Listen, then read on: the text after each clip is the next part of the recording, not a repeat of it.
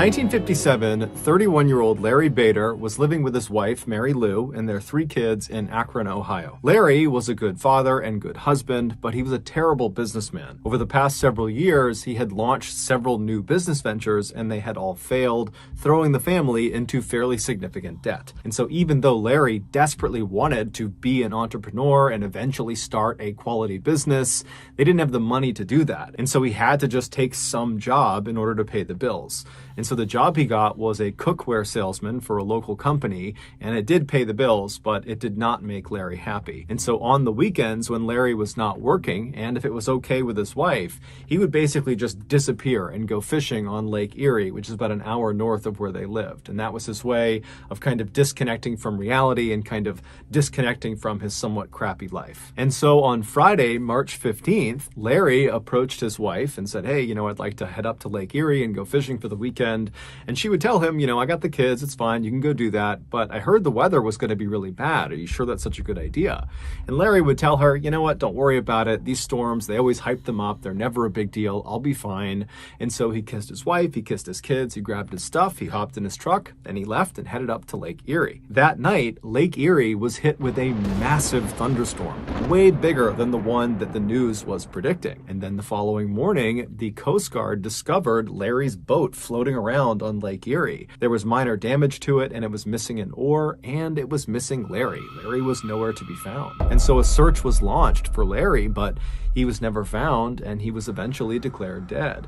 And so even though the family did not have Larry's body, they would hold a funeral for him, and his wife was able to actually cash his life insurance policy, which was enough to pay for her and the kids. 8 years later, in 1965, Larry Bader's niece, a 21-year-old woman named Suzanne Peka, was in Chicago at a sporting goods show with a friend of hers. And as they're walking through the different exhibits, looking at different sporting goods equipment, they noticed over on the side of the building, there was a fairly large group of people gathered around this one particular exhibit. And so she and her friend she was with walked over to this group, and they kind of pushed their way through. And in the middle of this group was this man with an eye patch and a big mustache doing an archery demonstration. Basically, he was shooting arrows into a target about 30 feet away. And so Suzanne and her friend just kind of watched this guy for a couple of minutes, and very quickly they could see why he was attracting this big crowd, because he was just an incredible archer. He was hitting the bullseye over and over and over again. But as they continued to watch this guy, Suzanne's friend started to notice something unique about him. And he eventually turned to Suzanne and said, hey, doesn't this guy look exactly like your uncle who went missing on Lake Erie?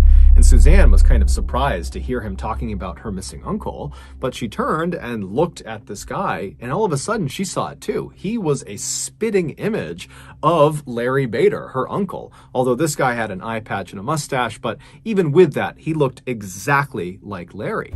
And as Suzanne is watching him, she's thinking, Larry was known for being this incredible archer, and here this guy is who looks just like him, and he's an incredible archer. And so after this demonstration was over, Suzanne and the friend ran over to this guy with the eye patch on, and Suzanne says to him, hey, I know this sounds totally crazy, but you look exactly like my uncle, Larry Bader, who went missing on Lake Erie 8 years ago. And so the guy, he hears her and he kind of smiles and says, I'm sorry, I don't know Larry Bader. My name is John Johnson. People call me Fritz. I'm sorry, I don't know who your uncle is. I can't help you. But Suzanne, as she stood there staring at this guy, she was becoming more and more convinced this was Larry Bader, despite the fact this guy is saying he is not Larry Bader. And so she says to him, no, you are Larry Bader. I'm positive you're my uncle. Now at this, Fritz would be polite but firm, and he would reiterate that, look, I'm not your uncle. I don't know who Larry Bader is.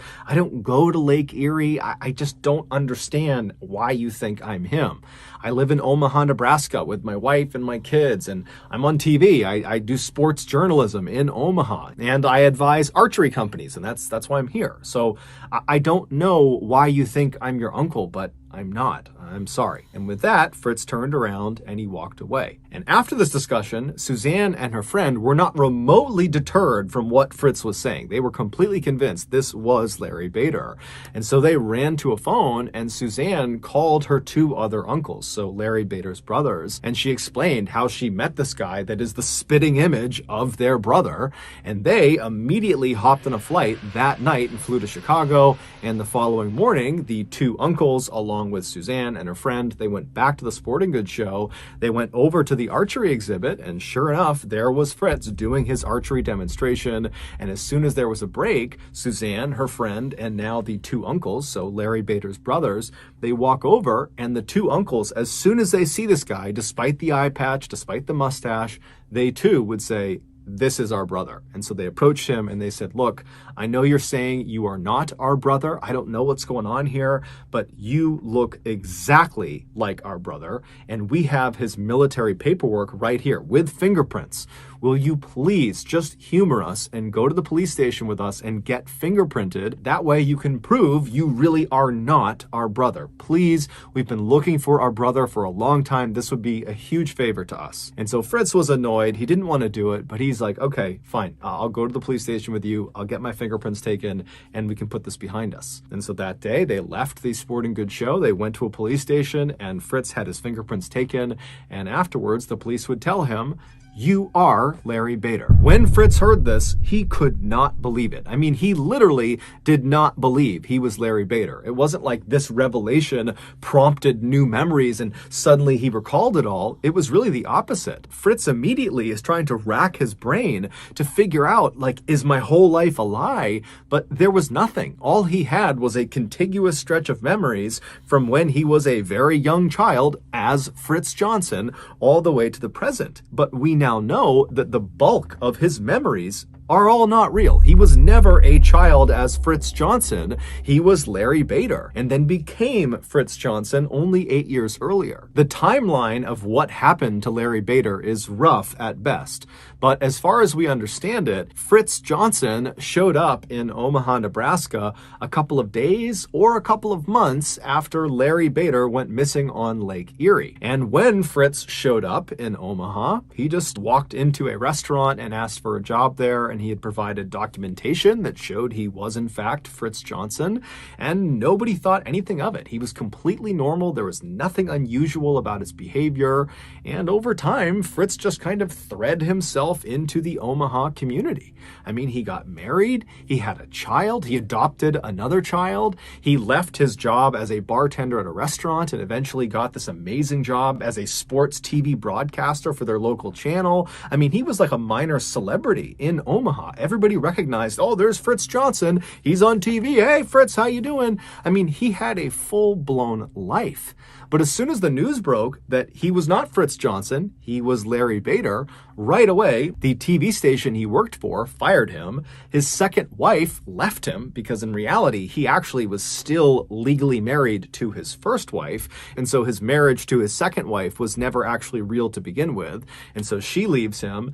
And then also because Larry Bader was no longer dead, the insurance company that had paid out all that money to his first wife as part of his life insurance policy, they demanded that he repay them. And throughout all this drama of Fritz finding out he's Larry Bader, Fritz continued to say he was not Larry Bader, that this was all a big mistake. He just could not understand how this could have happened. None of it made sense. And so eventually a team of experts, doctors, psychologists, you name it, they came out to Omaha and they ran Fritz, aka Larry Bader, through a battery of tests over almost 2 weeks. And at the end of all their testing, they concluded that, one, Fritz definitely is Larry Bader. So there's no debate there. He is Larry Bader. And two, he is almost certainly suffering from an extreme case of amnesia, which is memory loss. But the doctors and experts had no idea how he developed this case of amnesia. And of course, Fritz, he too had no idea how he developed this case of amnesia. And it's unlikely we'll ever get any more clarity on exactly what happened to Larry Bader / Fritz, because unfortunately, just 1 year after it was discovered Fritz was Larry Bader, Fritz would die. He had cancer in one of his eyes, and that was actually why he wore that eye patch, and the cancer had come back and it took his life. Today, his case is considered to be one of the most believable and baffling cases of amnesia on record. Just outside of the popular tourist town of Umaga in northern Colombia lies this thick green jungle. And if you know where to look, there is actually a walking path that leads you from Umaga deep into this jungle. And if you keep going, it will bring you all the way to this terrifying, enormous old railroad bridge that spans this huge ravine. Now, this bridge is no longer used by trains. It's been decommissioned. However, since its decommissioning, there's actually been, ironically, more traffic on this bridge, although it is the foot traffic variety. People come out to this bridge to go bungee jumping. Bungee jumping is a thrill-seeking activity where people will leap off of high places, like this bridge, and they'll jump with an elastic rope tied to their ankles. And so this rope has been very carefully measured so that when it is fully stretched all the way out, it ensures whoever has jumped will still not impact the ground. Back in early July of 2021, a 25-year-old Colombian lawyer named Yesenia Gomez, who lived about an hour north of Umaga in the larger city of Medellin, she told her boyfriend that she wanted to go bungee jumping. This was something Yesenia had talked about for a long time, wanting to go bungee jumping, but every time it became a real thing and they were actually going to go do it, she would back down because she was just too scared. But for whatever reason, in July of 2021, Yesenia had the confidence and the courage to actually see this thing through. And so her boyfriend, when he heard how serious she was, he capitalized on the opportunity because he had never bungee jumped before and he really wanted to, but he couldn't without his girlfriend. And so now it seemed like she was serious. And so right away, he called the Umaga bungee jumping company to book a slot for he and Yesenia to jump off of their bridge. So on the day they were supposed to jump, which was Sunday, July 18th, Yesenia and her boyfriend hopped in their car and they drove an hour south to Umaga. And when they got there, they found the walking trail and they made their way out to this bridge. And when they get out to this bridge, they are amazed at the number of people who were already in line on this bridge waiting to jump off of it. They knew this was a popular spot, but perhaps they didn't realize just how popular it was. And so Yesenia and her boyfriend, they get in line behind the nearly 100 other jumpers ahead of them, and they proceed to wait. And over the next several hours, Yesenia and her boyfriend would have front row seats to all of the jumpers ahead of them jumping off the bridge. Now, it seems like Yesenia, in her mind, believed she would arrive at this bridge and very quickly she and her boyfriend would leap off and it would be great and so much fun. But now they've been forced to wait for a really long time. And this whole time, they're watching other people jump. And Yesenia is starting to panic. Suddenly, bungee jumping looked terrifying. It did not look like something she wanted to do. And so she was beginning to second guess her decision. And so her boyfriend, he's trying to calm her down and he's telling her, oh, it's totally safe. Look at all these people who have jumped. They're all fine. They're all smiling. They're so happy. You're going to be so proud of yourself. But despite his best efforts to calm his girlfriend down, Yesenia just could not calm down. But she did tell her boyfriend that she's not about to back down. She's going to go through with this. And so several hours went by of this totally high stress, anxious waiting period. And then finally, Yesenia and her boyfriend reached the front of the line, at which point the staff members who've been doing this all day long, they signaled the two to step forward and get their harnesses on. And so Yesenia and her boyfriend, they make their way to the edge of the platform. So they're looking out over this ravine and the staff members are putting on their harnesses and getting them ready. And the whole time, Yesenia, she's starting to get tunnel vision. Her heart is racing. She's totally panicked. She doesn't think this is fun at all. She just wants to get this over with.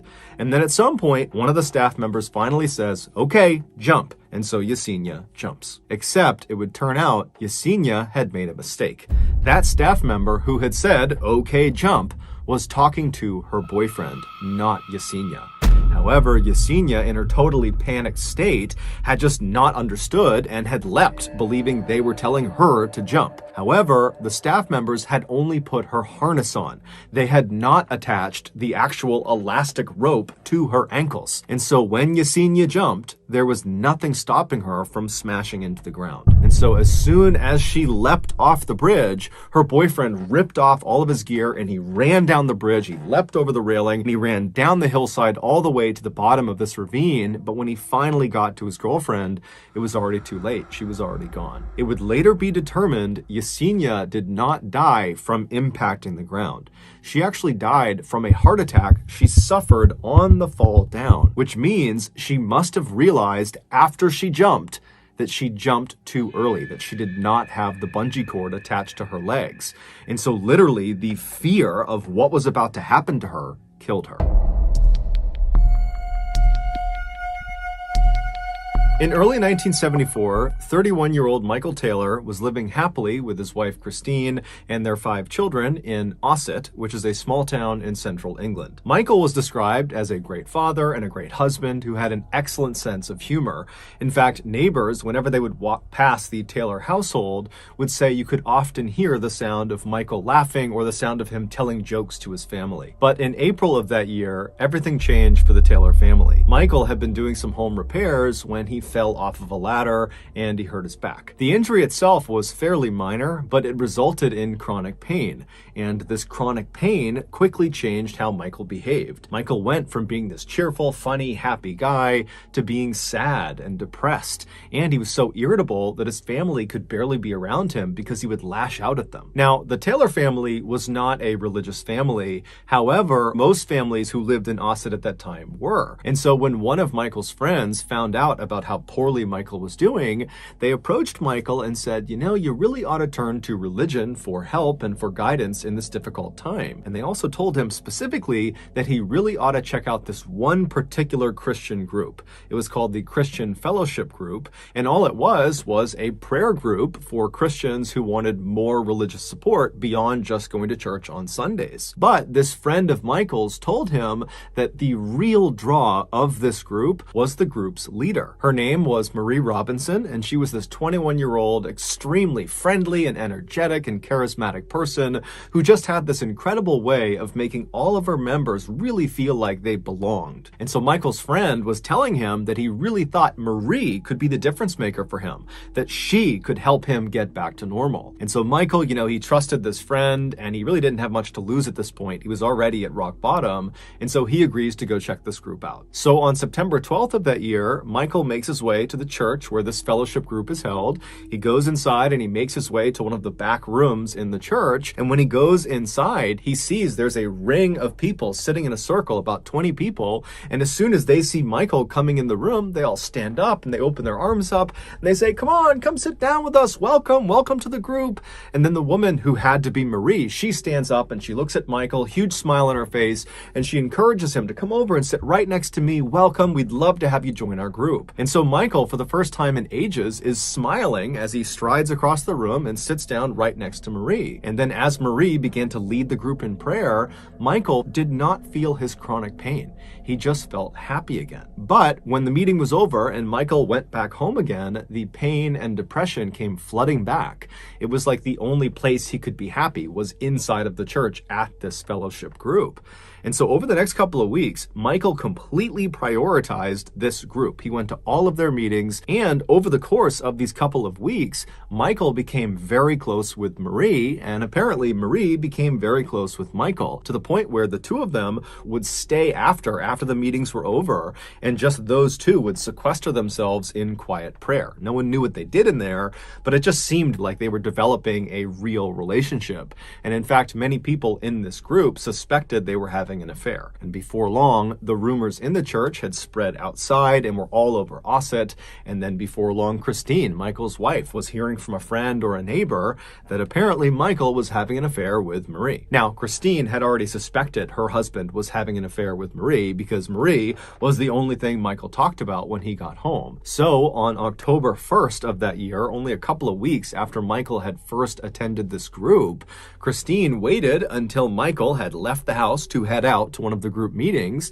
and then Christine hopped in her car and she followed him to the church. And when she got there, she parked her car, she took a deep breath, and then she got out, she made her way to the front doors of the church, and she stormed inside, and she found the room where these meetings were held. She barges in, and she points at her husband, and she says, "I know you're having an affair with Marie, and you're going to admit it in front of this whole group." And Michael, who's sitting with his back to his wife in one of the chairs, he stands up, and instead of addressing his wife, who's accused him of infidelity, he turns and looks at Marie on the other side of the room. And when Marie made eye contact with Michael, she screamed. She would later say Michael did not look human. He looked like a beast, and he had wild eyes. And so as Michael is standing there staring at Marie with this very aggressive face, he began breaking out in tongues. Speaking in tongues is where the speaker will be saying or uttering words or sounds that sound like language, but the speaker doesn't know what they mean. The idea is some entity has come inside of their body, and this entity is dictating their speech. And so Michael is broken out in tongues. He's barking these words and sounds at Marie, and everyone inside of the room has no idea what to make of this. Everything has happened so suddenly, and it's so surprising. You have the wife suddenly coming in and aggressively accusing her husband of cheating, and Michael is not responding to it, and he's acting totally crazy. And then before anyone can do anything, Michael goes from just barking in strange languages at Marie to suddenly rushing across the room as if he's going to attack her. And when he does that, the rest of the members jump on top of him and hold him down. And despite there being like 10 or 15 people holding him down, Michael is still trying to get up, and he's screaming and snarling and yelling at Marie. And then Marie suddenly breaks out into tongues too. And it's only then that Michael stops trying to force himself up out of this pig pile that's on top of him, and instead he just continues to speak in tongues to her. And so the two of them are looking at each other, speaking in tongues, and the rest of the group is just totally dumbfounded, and so they just begin praying. And then after about an hour, Michael just collapses. It's like he went unconscious. And at that point, everybody in the room just goes silent, and they look at Michael, and then Michael kind of opens his eyes, and it's almost like he's waking up, and he begins looking around frantically, trying to figure out what had just happened. Michael would claim he had no memory of what had just happened to him. And so at this point, Marie would tell him and Christine that she believed Michael was possessed by a demonic force, and the only thing they could do at this point would be to perform an exorcism. An exorcism is an expulsion or attempted expulsion of a supposedly evil spirit inside of a person or a place. Michael and Christine were at a loss. They had no idea what to do in this situation. They were both kind of in shock for very different reasons, and so they just kind of deferred to Marie's judgment and said, yeah, I think an exorcism is the way to go. So Christine and Michael just leave the church and go home, and then the next morning, Marie would get in touch with the Anglican Church of England and would request an exorcism. And after hearing about what was going on with Michael, the Anglican Church would say, yeah, that does sound like he needs an exorcism. And so the following day, they would send out two of their best exorcists named Peter and Raymond. And so Peter and Raymond, they get to Ossett, they go to Michael's house, and they observe him, and very quickly, they determine that it does seem like Michael is possessed by at least one demonic force. And so they tell Michael, the only thing we can do here is perform this exorcism, but we need you to agree to it. And so Michael says, okay, yeah, I agree to this exorcism, and so would his wife, because she at this point is just completely unsure what to do. She's just going along for the ride. So a day later, on October 4th at 10 p.m., Michael, his wife, and the rest of the members of this fellowship group, along with Peter and Raymond, they would all meet at this other church in a neighboring town. And as soon as Michael had been positioned in the middle of this group in this chair, Peter and Raymond began the ritual by praying. And as soon as they did, Michael began screaming out in tongues, and he began writhing around, and he fell to the ground, and he began contorting his body in grotesque positions, as if the words Peter and Raymond were saying were physically harming Michael. And so after 8 hours of this, during which they had to actually tie Michael down to prevent him from hurting other members or hurting himself, after 8 hours, they finally just came to a stop. Peter and Raymond were exhausted. It looked very much like Michael too was exhausted, and as soon as they stopped the ritual, Michael just kind of collapsed on the ground as if he had fallen unconscious. And then at some point he kind of wakes up and he's looking around wildly. He's still tied down to the ground and he's acting like he has no idea what's just happened. And at this point, Peter and Raymond, they tell him that, the exorcism was mostly successful. We identified 40 demons inside of you, and this exorcism was able to expel 37 of them. So that means there's still 3 demons inside of you. Now, we can't do it right now. We're too tired. You're too exhausted. So go home, get some rest, and tomorrow we will finish this exorcism. We will get rid of those 3 demons and you will be just fine. And so Michael and Christine, they get their things and they leave the church and they head home. A few hours later, around noon, a woman who lived near where Michael Taylor and his family lived thought she heard something strange outside of her house. It sounded like someone yelling. And so she went to the front of the house and she pulled the curtain aside on one of her windows. And outside, walking down the street completely naked, covered in blood, was Michael Taylor. And he was saying something about Satan. And so this woman, she calls the police. The police show up and they find Michael. He had curled up on the sidewalk outside of this woman's house and he was giggling like a child in the fetal position. And so the police approach him, and at some point Michael apparently snaps out of it and he starts looking up at the police like he has no idea what's going on. And eventually they would get him to tell them his name and where he lived. And so after calling in backup to deal with Michael, the responding officers made their way to Michael's residence. And so they go inside, and immediately, as soon as they see what's in there, one of the officers just turns around and runs outside and begins dry heaving. The inside of the Taylor family home would become one of the most infamous crime scenes in English history. A few hours earlier, when Michael and his wife had come home from the exorcism, they had gone inside, and then Michael had fallen into one of his trances and began beating his wife. And then at some point, she fell to the ground and either was dead or was in the process of dying, at which point Michael jumped on top of her and using only his hands, he ripped her face off and flung it across the room. And then as she's laying there bleeding to death, he began rubbing her blood all over his body. And then after she had finally died, he tracked down the family dog and killed the dog as well. Fortunately, their 5 children were not home at the time of this attack, and so they were unharmed. During Michael's trial, the prosecution and the defense blamed the Anglican Church of England and Marie and her religious group for effectively convincing Michael he was possessed with demons, which caused him to act out violently and kill his wife. And so ultimately, Michael would be found not guilty by reason of insanity, and after only 4 years of psychiatric care, he was released. And today, he is still living free in Ossett. But despite the legal outcomes of this case, there are many people, both religious and not religious, who believe the Michael Taylor case is one of the only true demonic possession cases in modern history. Also, just to close the loop, we don't know for sure if Michael and Marie were having an affair, but it is assumed they were. If you got something out of today's episode and you haven't done this already, please go to the like button's place of work 1 minute before closing time and then proceed to browse around for about 30 minutes and then leave without buying anything. This story has a very graphic ending, so viewer discretion is advised.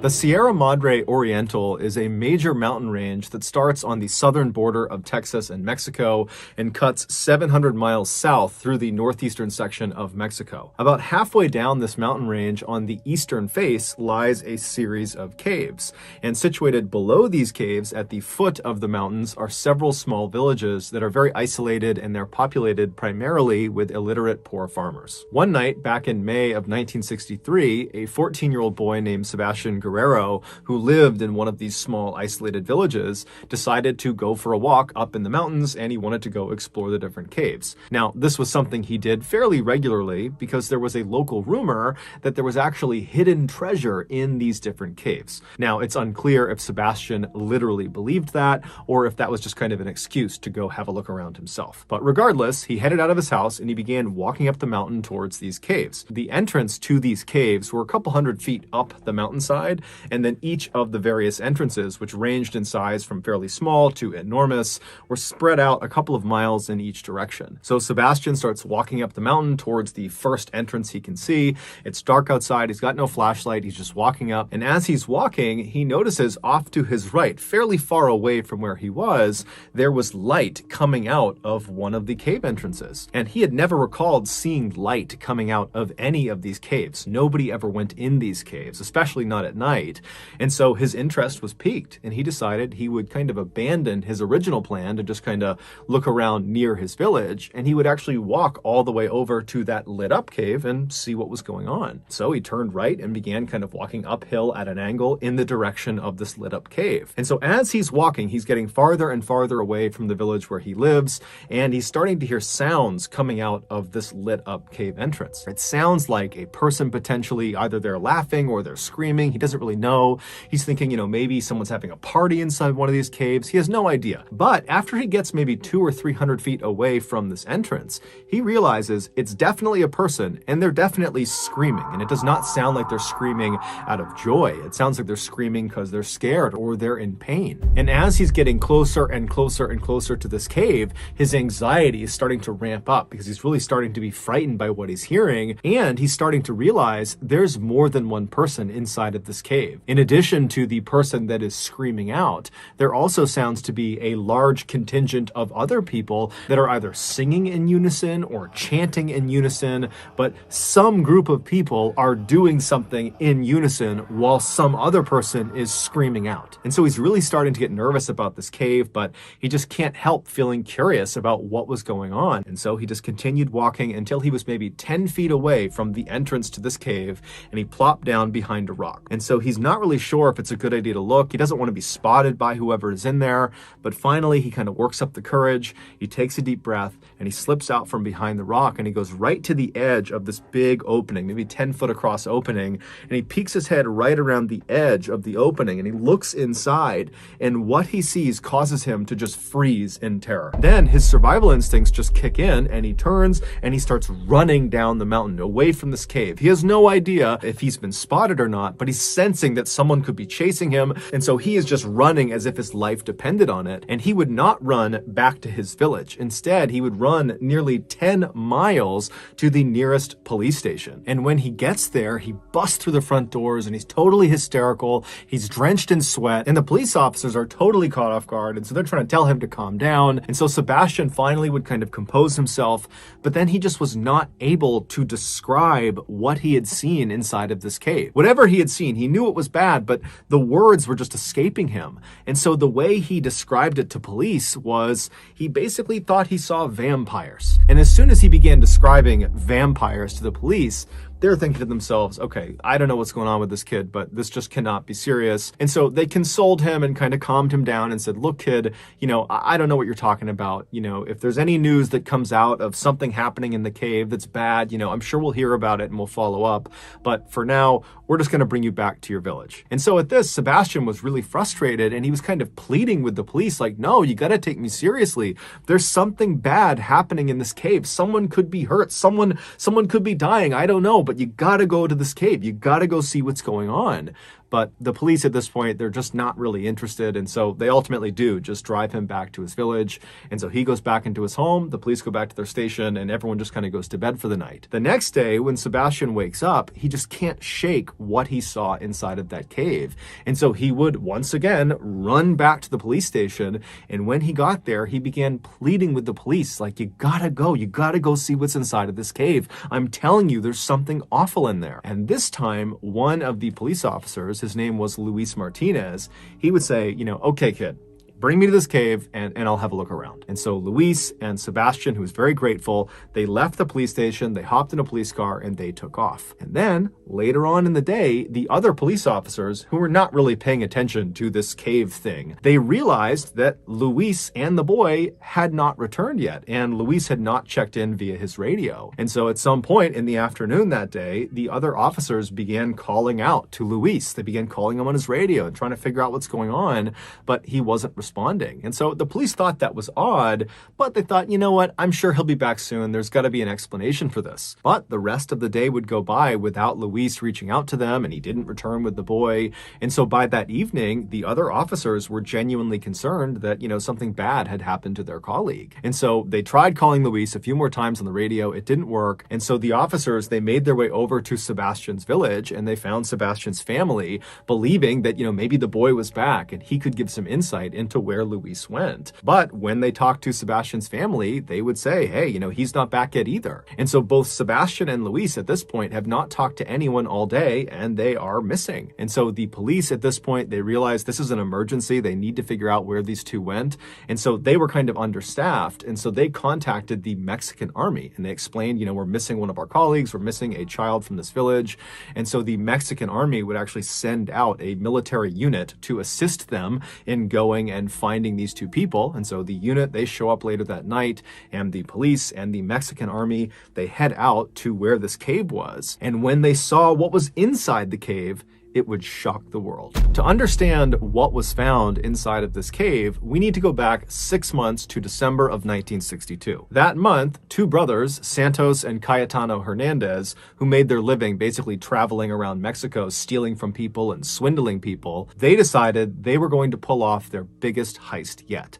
They were going to rip off an entire town. Their plan was to go into a small, fairly isolated village that was populated primarily with poor and illiterate people, and they would go in there and they would convince the villagers that they, the brothers, were actually prophets of an exiled Incan god. And if these villagers did everything they said, they would make them rich. And so the village the brothers identified as their target was a place called La Yerba Buena, which was located right at the foot of the Sierra Madre Oriental, right below where that cave was that Luis and Sebastian went to investigate.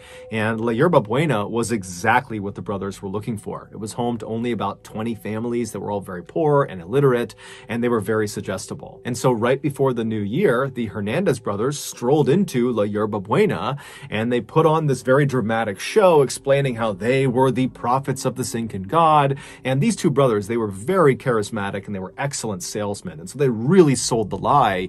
And these villagers, who were very vulnerable and cut off really from the rest of the world, they believed them. They thought this was their big break. They're going to be rich. We just have to do whatever they say. And so almost immediately, the villagers effectively became the Hernandez brothers' slaves. They would give them anything they wanted and do anything they wanted. But after a couple of months of this, some of the villagers started to be frustrated with the Hernandez brothers, the prophets, because it seemed like they were not really working towards making the villagers rich. Instead, it just seemed like they were horribly mistreating the villagers.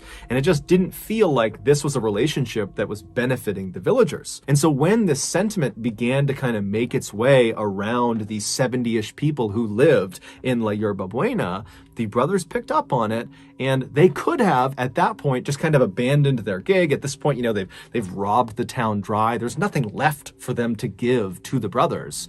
But for whatever reason, the brothers decide instead to salvage their operation. And so the brothers, they leave the village and they go to a city that's relatively close by, and they recruit this young woman named Magdalena Solis. She was a prostitute, and they tell her, hey, we have this con we're doing in La Yerba Buena where we're pretending to be prophets of this Incan god, and they're starting not to believe our lie. And so we need you, if you're willing, to come with us and pretend to be an actual Incan goddess. And so when you show up, they'll know that we were serious, that we have a direct line to the Incan gods and goddesses, and they'll believe us again, and they'll fall back in line. And so Magdalena, she likes the idea of participating in this con, and so she agrees to do it in exchange for some money. And so she, along with the Hernandez brothers and Magdalena's brother, his name was Eliezer, and he functioned as her pimp, those four people, they went back to Yerba Buena, and when they got there, the Hernandez brothers snuck Magdalena past all the villagers up to that cave up in the mountains. And they put her in the back of the cave. They kind of hid her behind some rocks, and they dressed her up in an Incan goddess costume. And then once she was in there, the brothers went back down to the village, and they rounded all the villagers up and said, "Come on, let's go up to the cave. We have a special ceremony for you." And so the villagers made their way up to this cave, and once they were all inside, the Hernandez brothers used some basic magic tricks and created basically a smoke screen. Once they had this smoke screen kind of billowing in the back of the cave, they secretly signaled to Magdalena, who was behind the smoke screen, and she knew that was her cue, and she leapt through the smoke and she presented herself to the villagers for the first time, and she declared herself to be a reincarnated Incan goddess. And if you don't do what I tell you to do, I'm going to kill you. And so the message she was sending to the villagers was so intense. They completely believed that this was an Incan goddess, and therefore this was not a ruse. The brothers were not lying to them. This was all very real. There's a real goddess in front of us. And so they immediately fell right back in line. The plan worked exactly as the brothers wanted it to. However, there was an element of their plan they could not possibly have accounted for. And that was what Magdalena did next. Even though Magdalena was fully aware that what she was getting herself into was an act, it was a con, it was not real. Despite that, as soon as she jumped through the smoke and was standing in front of the villagers for the first time and saw the looks on these people's faces as they stared up at her, and she saw their reverence for her, it had this profound impact on her. This is a woman who's never had control in her life. She's been a prostitute since a young age, and here she is, the most powerful person in the room, and it's not even close. And it got to her head. And so when she left the cave that night, she literally believed she was a reincarnated Incan goddess, and she was not a merciful one. Within the first few days of her stay at La Yerba Buena, Magdalena used threats of violence on the villagers to completely take over the village. She very easily supplanted the Hernandez brothers at the top of the power structure. Now, the Hernandez brothers probably were quite surprised to see this happen because they were expecting Magdalena to play more of a prop role to keep them in power, not the other way around. But ultimately, they kind of just went along with it because through Magdalena's control over the villagers, they were able to continue to exploit the villagers. And so they were getting what they wanted out of this relationship. Within a few weeks of being in La Yerba Buena, Magdalena was not only abusing every villager in every horrible way imaginable, she also was becoming completely delusional. She convinced herself that in order to survive, she needed to start drinking blood. And so she demanded all the villagers provide her with blood, and so in fear of retribution, the villagers began slaughtering all of their farm animals and their own pets so Magdalena could drink their blood. For weeks and weeks and weeks, the horrible abuse Magdalena would dole out on the villagers would continue, and these blood rituals would continue. And then finally, sometime in April, two of the villagers decided, you know what? I've had enough. I don't believe Magdalena is actually an Incan goddess. I don't believe the Hernandez brothers are actually prophets. I think this is all a scam. And so they decided the way they would handle this is they were just going to flee the village. Now, somehow their plans to run away got out, and the Hernandez brothers found out about it, and they, in turn, told Magdalena about it. And when she heard the news, she immediately told everyone in the village to make their way up to the cave for a special ceremony. So all the villagers, including the two people that were planning on running away, they made their way up to the cave, and once everyone was inside, Magdalena walked to the front of the group, and she pointed at the two dissenters, the two people that were planning on running, and she demanded that the rest of the villagers kill them. And on the spot, all of the other villagers jumped on top of the two dissenters and they lynched them. They beat them to death in the cave. And then after these two people have been killed, Magdalena orders their bodies be strung up on these two pikes she had set up in the back of the cave because she knew what she was going to be doing up in this cave. And so after these two bodies were strung up on these pikes, Magdalena grabs a chalice and she walks over to these two bodies and she presses the chalice up against their bodies where they're bleeding from, and she fills it up and then she drinks from the chalice. And at this point, everything changed. Suddenly, Magdalena understood that it wasn't good enough to just be drinking animal blood. That was not enough to keep her, a goddess, alive. She now could only consume human blood. And so for the next several weeks, Periodically, Magdalena would order everyone in the village to go back up to the cave for a blood ritual, which they all knew what this entailed. This no longer had anything to do with animals. This was human blood rituals. She would order them up and they would have no idea who was going to be the sacrifice. And so all these people that get inside this dark cave, and then Magdalena shows up and she stands in front of them, and after kind of looking them over, she identifies her next sacrifice, and out of fear, the other villagers, who were the friends and family of the victim, would launch themselves on top of the chosen sacrifice and lynch them in the cave. And then afterwards, their body would be strung up on one of the pikes, and Magdalena would walk over with her chalice, she would fill it with blood, and she would drink it. And so this would go on and on for several weeks. And one of the most distressing aspects of these human sacrifices is that as she did more and more and more of them, Magdalena got it in her head that beating the sacrifice to death before consuming their blood was spoiling the blood in some way. And so what she began doing was she would have the other villagers beat the sacrifice into submission, and then she would have the sacrifice strung up to one of the pikes while they were still alive, and then she would carve their heart out while they were alive, and then she would drink their blood. So in May of 1963, when Sebastian, the 14-year-old boy, when he poked his head around and looked into that cave, he watched one of these sacrifices having their heart cut out, and he didn't know what to make of it, and so he ran to the police. And then the next day, he and the police officer, Luis Martinez, they would go back to the cave, and Magdalena and her cult would spot them, capture them, and drag them both into the cave, and both of them would be ritualistically sacrificed. They would have their hearts cut out, and Magdalena would drink their blood. When the police and army arrived in La Yerba Buena, it was a ghost town because all of the villagers had been ordered up to the cave, where they had barricaded themselves inside with weapons, because Magdalena probably knew there was going to be a big police response because one of their officers has gone missing out here. They're bound to be found out. And so when the police and the army reach the cave, there's this big shootout with all of the villagers. And during the shootout, the majority of the villagers are killed. Also, the Hernandez brothers, they're also killed in the shootout. And then after the shootout stops, the police and the army would go into this cave, and they would discover the pikes, the bloody pikes that are in the back of the cave, with bits of human remains all over the ground. And then they would leave the cave and they would search the town, and they would find the remains of Luis and Sebastian outside a particular shack. And then inside the shack was Magdalena and her brother Eliezer. They were still alive. They were trying to hide from the authorities, and so they would be arrested. It's believed Magdalena sacrificed and drank the blood of at least 15 of the villagers over a 6-week period. However, the only remains to be positively identified were Luis Martinez and Sebastian Guerrero. Ultimately, Magdalena and her brother Eliezer were sentenced to 50 years in prison, and all of the surviving villagers who participated in these sacrifices or who participated in the shootout with police and the army,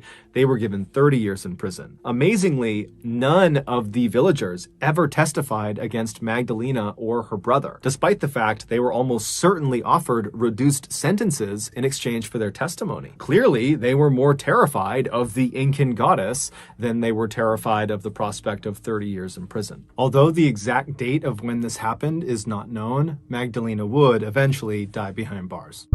So that's going to do it, guys. If you got something out of today's episode and you haven't done this already, please put a single metal fork in the like button's microwave, set it for 99 minutes, hit start, and then leave.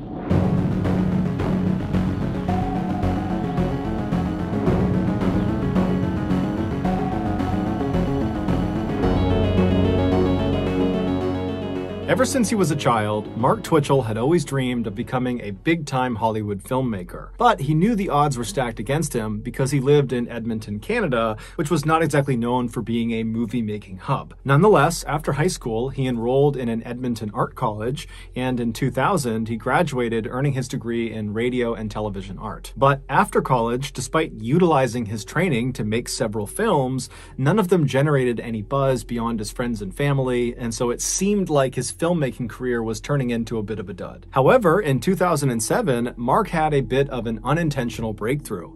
He had been a longtime Star Wars fanatic, and that year he decided, purely as a passion project, he was going to write a script for a prequel to the Star Wars franchise. When he finished it and shared the script with some of his colleagues, they were so impressed with his writing, they said, "Mark, you need to produce this into a movie. This is incredible." And so Mark, who was totally amazed at this unbelievable feedback he was getting, decided, you know what? What the heck? I will produce this movie. And so he began sending his script out to different actors and actresses to see if they might be interested in playing a role. And amazingly, one of the original Star Wars actors, Jeremy Bulloch, who played Boba Fett, he read the script and he was so impressed by it that he agreed to play a role in Mark's film. And so this passion project had quickly turned into Mark's biggest success yet. When the movie was finished, it did well, but it didn't propel Mark into Hollywood stardom.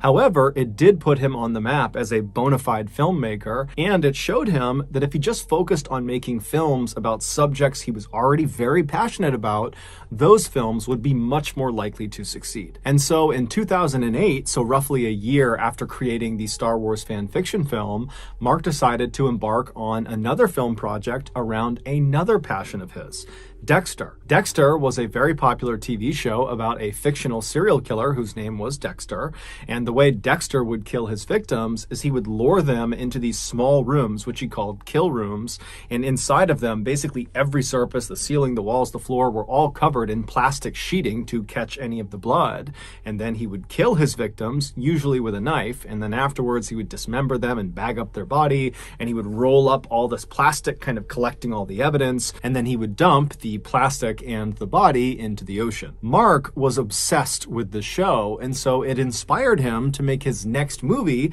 be about a killer too.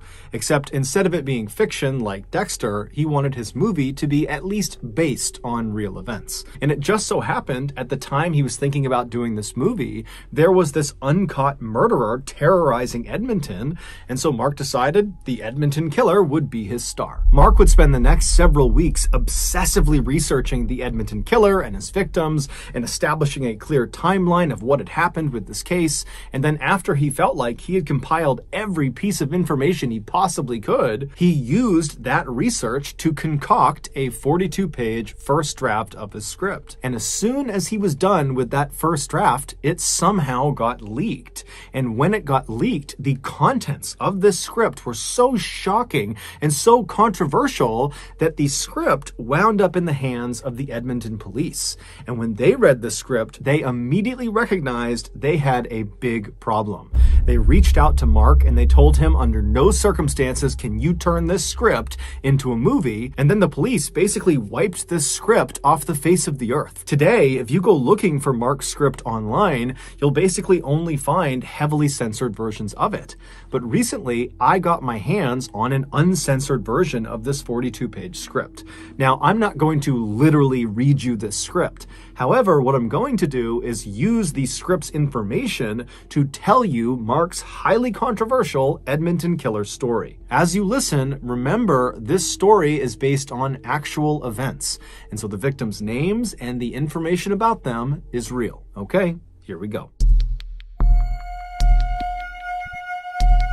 In early October 2008, a soft-spoken 26-year-old casino security guard named Giles Tetreault was living alone in Edmonton. Giles's life had recently been turned upside down because a few months earlier, his wife had told him that she just didn't love him anymore and that she was going to leave him. Giles was still very much in love with his wife, and so this was a totally heartbreaking experience for him. After she left, Giles tried to stay busy and keep his mind occupied, but it rarely worked. Oftentimes, he felt crushingly lonely and sad. But on Friday, October 3rd, when Giles came home from work that afternoon, he suddenly felt like, you know what, I've got to get my life together, and I'm going to start by finding myself a new romantic partner. And so he went on a dating site and he made himself a profile, and he began scrolling through all of the women's profiles that lived roughly in his area. And at first, no one really appealed to him, but then he stopped on this one woman's profile. She was this young, blonde, beautiful woman named Sheena, and she lived right in Edmonton. And so Giles thought, what the heck, I'll send her a message. And so he did, just introducing himself and asking to talk further. And she responded just a couple of minutes later. And then over the next couple of hours, the two exchanged dozens of messages, getting to know each other. And then finally, Sheena just says to Giles, hey, we live so close together. Why don't we get together tonight and go grab dinner and watch a movie together? And Giles is thrilled and he says, yeah, I'll come pick you up. What's your address? And Sheena would tell him, you know what? I don't feel comfortable sharing my address over this dating website. And so instead, she sent Giles this strange customized set of directions that didn't give the actual address of her house. Instead, it basically gave Giles a set of known landmarks in Edmonton that he could follow until he finally arrived at her residence. And she also told him that when he arrived, instead of just coming up to her house, there would be a detached garage and the door would be open and he would go through the garage, out the door into her backyard, and then he would go up the back steps to the back door of her house and she would meet him there. Now, Giles did think this was a little bit strange, but at the same time, he's thinking, I am basically a complete stranger to her. We just met today on the internet, and so I really can't blame her for taking some extra safety precautions with me. And so he told Sheena he had no issues using her special directions, and then he said he'd be over soon. And so Giles hopped in the shower, he freshened up, he got dressed, he hopped in his truck, and then he began driving to Sheena's house. After about 15 minutes of following these directions, he reached the end of them, and they placed him in this alleyway in a suburban neighborhood. And where he stopped, he looked off to his right, and he saw there was this 2-car garage, and he knew it was Sheena's garage because one of the doors was open like she said it would be, although the door was not open all the way.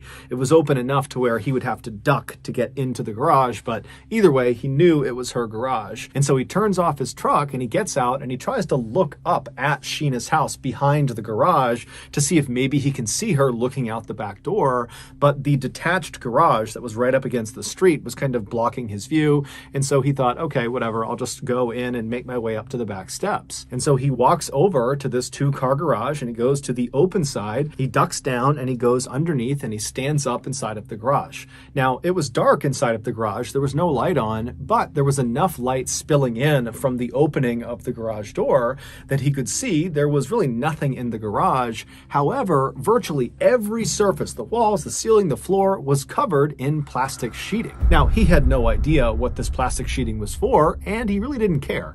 He just kept walking across the garage towards the door that would lead into Sheena's backyard. And when he reached that door, he reached down to the door handle and he was about to turn it when he felt a blinding pain in the back of his neck. He whipped around, and even though it was dark inside of this garage, he could clearly see this huge man in a black and gold hockey mask standing right in front of him, holding a stun baton. Giles tries to run past him to try to get out of the garage, but the man grabs him and then takes his stun baton and drives it into Giles' stomach, and he pulls the trigger. And immediately, Giles feels this coursing pain in his torso, and he falls to the ground, and then this man in the mask releases the trigger, and Giles tries to scramble up to his feet to try to run out of the garage. But as soon as Giles turns around, he stops where he is because he sees this huge guy in the mask is standing between him and this open garage door, and he's now holding a gun in his hand and he's aiming it right at Giles. And so Giles freezes. He has no idea what's going on, and this man who's got this mask on barks at Giles to get on the ground and put your face on the ground. And so Giles at this point is thinking, I'm going to get killed in here. I have nothing I can do. I'm completely defenseless here. And so he just does what he's told, and he lies down on the plastic sheeting and he's totally terrified. And this man walks over and he puts a piece of duct tape over Giles's eyes. And so as he's laying there blind and terrified, Giles becomes very emotional. He suddenly longs for his ex-wife and for his family and his friends. He wishes he could see them just one more time, and he knows he's not going to.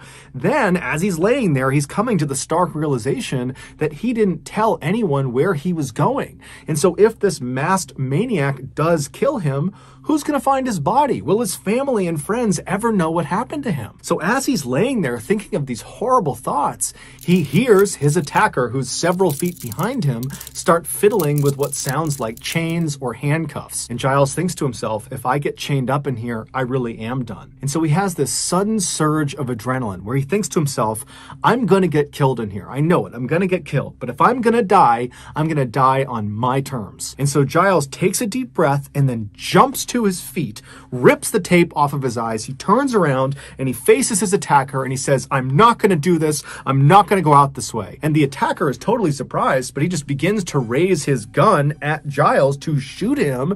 And Giles lunges forward and he grabs the barrel of the gun and he pushes it away from him. And as soon as he does that, Giles realizes something. The gun is made of plastic. It's fake. And so Giles is suddenly so confident, he grabs the arms of his attacker and he tries to kick the guy in the legs, but the attacker is so much bigger and stronger than Giles that he just headbutts Giles. Giles goes flying to the ground and his attacker jumps on top of him and begins punching him and slamming his skull into the ground. But Giles is so high on adrenaline, he can't feel any of the blows. All he's trying to do this whole time as he's getting pummeled is just find a way to stand up and run out of this garage. Just get out, escape. And amazingly, against all odds, he does manage in between blows to wriggle his way out of the attacker's grasp. But as he begins to run towards that opening in the garage door, the attacker grabs him by the jacket. And so Giles twists himself and he actually comes out of the jacket. And then he throws himself onto the ground and he rolls out of the garage. And as soon as he is free, he suddenly can't stand up. The stun baton, he didn't feel it before, but it had sapped all of his strength. But the adrenaline had kind of overridden that feeling. But here he is outside and he suddenly can't stand up. And so he's trying to stand up, and then the attacker, who's still inside, dives down, reaches out from underneath the garage and grabs Giles by the ankle and begins trying to pull him back into the garage. And so Giles is kicking and screaming and punching, and he finally breaks free. And then he has another surge of adrenaline and he stands up and just begins running down the alleyway. Doesn't even go to his car. He just starts running towards, hopefully, civilization. And he makes it a couple of houses before he collapses to the ground in this very busy walking trail. And so he's landed right in this intersection where he's hoping someone's going to be. He turns back and looks down the alleyway and he sees his attacker, who's now on the road. He's got the mask still on his face and he's charging up the road. Giles can't even get up. He's so tired, but Giles looks to his side and he sees there's this random couple walking down the walking path. They see Giles on the ground who's calling out for help, and they run over to him and they get right in front of Giles, and Giles immediately points at the attacker coming down the alleyway and says, "He's trying to kill me." And the attacker amazingly just jogs right up to Giles, right up to the couple. He does not take his mask off and he acts like he's friends with Giles and says, "Oh, come on, Frank, you're making a big deal out of it. It's a game. Come back to the garage. I'll meet you there." And then the attacker just turns around and walks back down the alleyway back towards his garage. And so Giles turns and looks up at the couple, who are totally freaked out by this whole situation. They don't know if this is some weird setup that they're going to get robbed or something. They don't know if this is a hoax. And so they say, "Hey, you're on your own, pal." And they turn and they leave. And so Giles is left in the middle of this intersection. The only people that could have helped him are now gone. And so he rolls over and just looks down the alleyway in the direction of the garage. And he can actually see his attacker pacing back and forth inside of the garage because that door is partially open. And so Giles doesn't know what to do. He has to get to his truck to get out of here. And so he just sits there for a couple of seconds just watching the attacker, making sure he's staying inside of the garage. And then finally he just took a deep breath. He pulled himself up and he stumbled down the alleyway. He got in his truck, fired it up, and he peeled out of there. When Giles got home, he was obviously traumatized from this horrible thing that had just happened to him, but he also felt embarrassed and kind of ashamed that he had clearly just gotten catfished by the psycho in the garage. Obviously, Sheena, the woman he supposedly was talking to, was not real. It was that guy in the garage that had attacked him, but he didn't really understand why it had happened. He had no idea why anyone would target him, and so the whole situation was just such a mess. He decided, you know what, I'm not going to tell anyone. He didn't report it to the police. He didn't tell his friends. He didn't tell his family. He just decided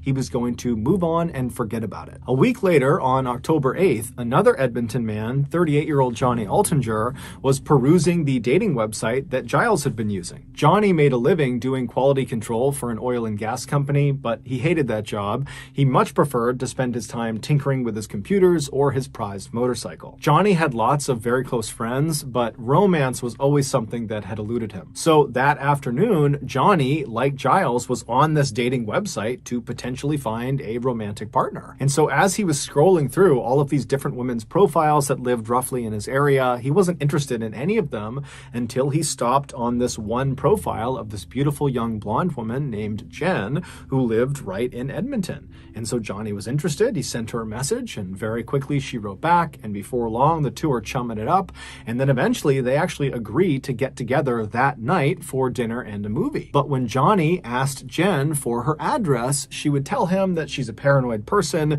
and she doesn't want to give him her actual address over this website, and so instead she gave him a set of very strange directions that relied on local landmarks in Edmonton to guide him into her residence. And she would tell Johnny, when you get here, go through the garage, the door will be open, go out the back door, go into the backyard, make your way up to the back of the house, and I will meet you at the back door. And so Johnny definitely thought these directions were very strange, but he was really eager to meet up with Jen, and so he really didn't care. And so he told Jen it was no big deal, he'd happily follow her directions, and then he hopped in the shower and he got himself together, and then before he left to go to Jen's house, he forwarded Jen's email that included her very strange directions. He sent those directions to one of his very close friends, and he kind of jokingly included a message that was like, hey, if I go missing tonight, this is where I'm going. And then Johnny hopped in his car and he left. The directions brought Johnny to the same garage in the same alleyway that Giles had been to a week earlier. And when Johnny came to a stop in front of Jen's 2-car garage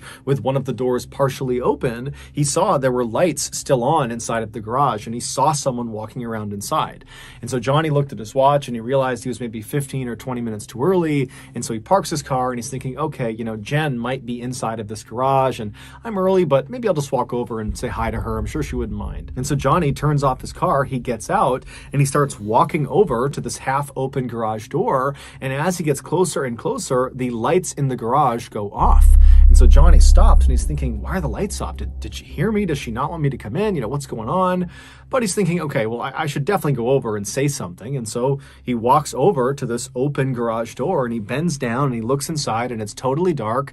And he just says, hello? And there's a pause, and then the lights come on, and Johnny suddenly sees this garage that's basically devoid of anything, minus a table off to the side, and every surface is covered in plastic sheeting. The floors, the walls, the ceiling, everything. And in the back of the garage is not Jen. Instead, it's this man he doesn't recognize. And so Johnny's looking at this man, and this man is looking over at Johnny, and finally the man speaks and says, hi, I'm Harry. I'm a designer. I rent this garage out from Jen. And I just talked to Jen, and you're meeting up with her tonight, right? You're meeting up with Jen? Yeah. She's running late. So I think she'll be back in about maybe 20 minutes. So can you come back in 20 minutes, come right back here, come to the garage, and I'll bring you up to the house, because I know you're meeting her up at the house. So 20 minutes. And so Johnny doesn't really know what to make of this. He figures, okay, I don't really know what Jen's arrangement is with this designer in this plastic covered garage, but whatever. And so Johnny says, okay, no problem. I'll come back in 20 minutes. And so Johnny turns around and he walks back to his car and he leaves and drives around for about 20 minutes. And then he comes back to the garage. And as soon as he parks, he notices right away the light in the garage is now off. So presumably Harry has actually left. And so he will not be available to walk Johnny up to the house to meet Jen. But Johnny was thinking, I don't really want to interact with Harry. He seems like a strange guy anyways. And so he counts this as a win. And so Johnny parks his car, he hops out, he walks over to the garage, he bends down and goes inside of the garage. He stands up and he walks across the plastic lined floor to the door that's going to lead out into Jen's backyard. But before he reaches that door, something smashes into the back of his head. And immediately Johnny is horribly dazed and he instinctively throws his hands up to protect his head, and he begins spinning around trying to figure out who or what had just hit him. And as soon as he turns around, he sees in the shadows is the figure of none other than the man he saw before, Harry. And Harry is holding a big metal pipe. And immediately when Johnny sees him, he begins screaming, police, police, police. And Harry just winds up and wails on Johnny with this metal pipe. And Johnny's trying to turn around and get away from Harry, but Harry just keeps moving around him and beating him with this pipe until finally Johnny collapses on the ground, but he's not unconscious. And so Johnny is kind of shielding his head and he's looking up at Harry, who's now just standing over him. He's ceased his initial barrage. And Johnny begins pleading with Harry, I'll give you money, I'll give you anything, just please let me go. And so Harry smiles and he says, you promise you won't tell anyone if I let you go? But before Johnny could answer this, Harry winds up with his pipe and he brings it crashing down on Johnny's face. But amazingly, This does not knock Johnny unconscious. Instead, Johnny grabs the pipe after it hits him in the head and he holds onto it to prevent Harry from hitting him again. And so at this point, Harry is frustrated that Johnny is still putting up this huge fight. And so with one hand holding onto this pipe that Johnny has the other end of, Harry reaches down with his other hand and he unsheaths a hunting knife. And he holds the blade right in front of Johnny's face. And as soon as Johnny sees this knife, his eyes go wide and he lets go of the pipe and he begins to plead for his life. But Harry just smiles and continues to show him the blade. And then at some point he grabs Johnny's shoulder, he pulls the knife back and he plunges it into Johnny's stomach. Johnny howls out in pain and he curls over and he begins screaming for the police, screaming for someone to help him. And then finally Harry pulls the knife out of his stomach and then plunges it into the side of Johnny's neck. And then Harry lets go of the knife and he stands up and he just watches Johnny as he bleeds out onto the plastic lining. As Harry watched Johnny die, he had this pang of regret. He thought to himself, why didn't I play more mind games with him before I killed him? I'll do that with the next one. After Johnny died, Harry would dismember and bag up Johnny's body, and then he would roll up all of the plastic from the walls and the ceiling. He'd gather that all up, and then a couple of days later, he would dump both Johnny's body parts and all of the plastic containing all of the evidence down a nearby sewer drain. At this point in the story, Mark's script just kind of comes to an abrupt end. We don't know what Harry did after getting rid of Johnny's body and the evidence because Mark just didn't write it. It was like he didn't finish the script. And there's a reason for that, and it's the same reason the police stepped in and stopped Mark from making this script into a movie. At the time they read his script, the police had already figured out who owned the garage where Giles and Johnny were attacked. Johnny's friend, the one who Johnny had forwarded Jen's email that had those strange directions, well, that friend gave those directions to the police once Johnny had been reported missing. And so the police followed these strange directions to this garage, and they discovered it was not owned by some young, beautiful blonde named Jen or Sheena. It was not owned by some designer named Harry. It was owned by a young, up-and-coming filmmaker named Mark Twitchell. But to this point, Mark had been extremely cooperative with police and allowed them to search it, and they found nothing. And he explained to them he was not remotely the only person with access to this garage, not by a long shot. But when police searched Mark's laptop, they found a hidden document, and this document was his 42-page script. And when they read it, they saw there was a huge issue. Giles, the first victim of the Edmonton killer, had eventually gotten over his embarrassment and shame, and he went to the Edmonton police and he told them in detail what happened to him inside of that garage. But Giles was so scared he had not told anybody else what had happened. The only people who knew were himself and the Edmonton police.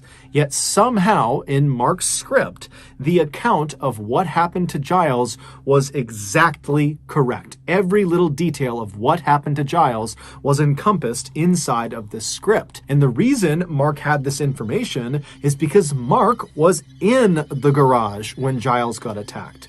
Because Mark was the Edmonton killer. Mark had been so desperate to make his killer in his new movie as good as Dexter in the TV show that Mark decided he needed to literally become Dexter in real life. He needed to know exactly what it felt like to lure an unsuspecting victim into a kill room and murder them so that he'd be able to more accurately write about it in his script. He believed this would put his movie over the top. It would be the most authentic killer movie ever, and it would be his ticket to Hollywood. And so after Mark used a fake dating profile to trap and then attack Giles, after that experience, he wrote about it, and that became his script.